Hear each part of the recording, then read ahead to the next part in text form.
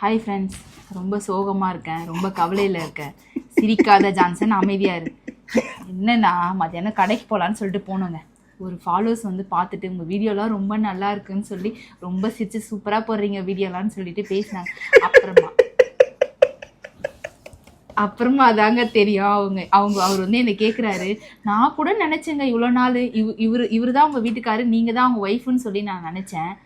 Video பார்த்தோன்னே தான் தெரிஞ்சுக்கிட்டேன் நீங்க வந்து அவங்களுடைய ஒய்ஃப் இல்லைன்னு.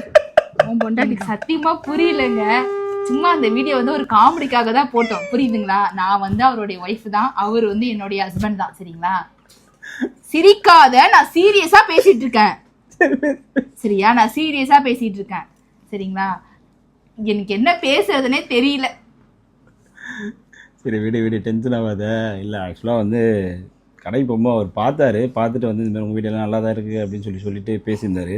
பேசிட்டு அப்புறமா லாஸ்ட்டாக கிளம்பும் போது தான் சொன்னார், இந்த மாதிரி வந்து நான் கூட இவ்வளோ நாள் நீங்கள் ஹஸ்பண்ட் ஒய்ஃப் தான் நினச்சிருந்தேன், ஆனால் நேற்று போட்டதுக்கப்புறம் தான் தெரியுது நீங்கள் ஹஸ்பண்ட் ஒய்ஃப் இல்லை போலக்குது அப்படின்னு சொல்லி சொன்னார். இல்லைங்க, சத்தியமாக இவன் தான் என் பொண்டாட்டி, நான் தான் புரிச்சேன் அப்படின்னு.